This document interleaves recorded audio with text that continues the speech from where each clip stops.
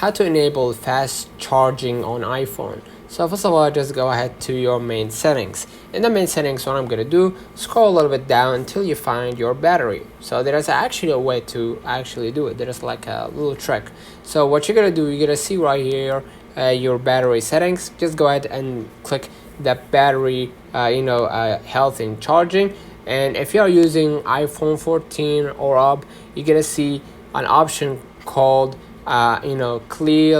clean energy charging, right? So in your region, iPhone will try to reduce your carbon footprint by selectively charging when lower carbon emission electricity is available. iPhone learns from your daily charging routine, so it can reach its full charge before you need to use it. So what you're gonna do, you're gonna just toggle this one off, the clean energy charging, and basically you'll be able